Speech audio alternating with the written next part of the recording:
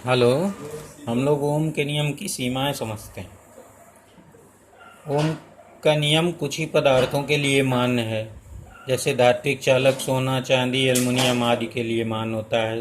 सभी पदार्थों के लिए ओम का नियम मान्य नहीं होता है। इसके लिए वी व आई का अनुपात नियत रहता है। ये जो धात्विक चालक हैं उनके लिए वी और आई का अनुपात नियत रहता है। ऐसे परिपथ ओमी परिपथ कहलाते हैं। और यदि हम ओमी परिपथ के लिए वी और आई के बीच ग्राफ खींचें तो एक सरल रेखा मिलती है। इसमें दो रेखाएं, एक डॉटेड दिखाई गई है बिंदुकित, और एक जो है ये सतत रेखा दिखाई गई है। तो देखिए यहाँ पर जब एक निश्चित धारा के बाद जब धारा अधिक हो जाती है, यानी धारा के एक निश्चित मान तक तो ये रेखी ही रहता है वी आई का ग्राफ, लेकिन धारा के अधिक मान के लिए ये थोड़ा सा कर्व हो जाता है। तो कम धारा के लिए जो ये धात्विक चालक हैं वो ओम के नियम का पूर्णतः पालन करते हैं।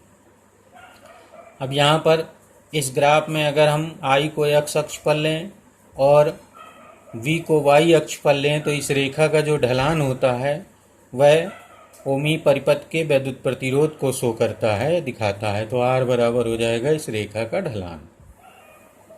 अब कुछ पदार्थ व युक्तियाँ जैसे वैद्युत अपघात, टार्च का बल्ब, पीएन संधि डायोड, ट्रांजिस्टर, थर्मिस्टर, निर्वात नलिकाएं आदि ऐसे परिपथ होते हैं, या परिपथ में जब प्रयुक्त किए जाते हैं, ये युक्तियाँ प्रयुक्त की जाती हैं तो वी और आई का अनुपात नियत नहीं रहता है, अर्थात परिपथ ओम के नियम का पालन नहीं करने लगता है।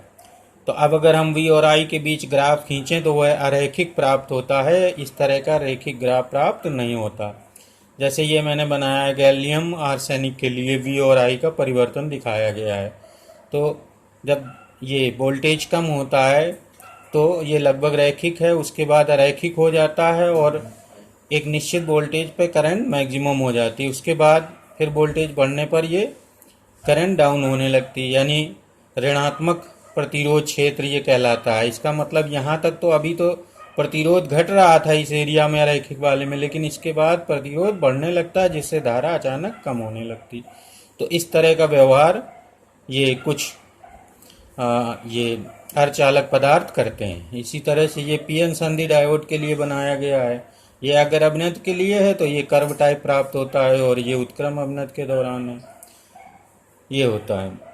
अब अनोमी परिपथ का जो प्रतिरोध होता है अलग अलग होता है, अर्थात नियत नहीं होता है। तो किसी छोटे से खंड के लिए अगर खंड के दौरान हम उस परिपथ का प्रतिरोध निकालना चाहें अनोमी परिपथ का, तो हम 2 पॉइंट चूज करके और डेल्टा वी बटे डेल्टा आई निकाल लेते हैं। तो यहाँ से इसको डेल्टा आर से लिखते हैं अनोमी परिपथ के प्रतिरोध को, और कहते हैं गत्यात्मक प्रतिरोध, क्योंकि ये बदलता रहता है इसलिए इसको गत्यात्मक प्रतिरोध कहते हैं। और इसके ढलान का जो व्युत्क्रम होता है, जैसे v को अगर x अक्ष पर लिया जाए, i को y अक्ष पर, तो इसके ढलान का जो व्युत्क्रम होगा अर्थात डेल्टा v बटे डेल्टा आई होगा, वो गत्यात्मक प्रतिरोध को प्रदर्शित करता है। तो ये है ओम के नियम की सीमाएं।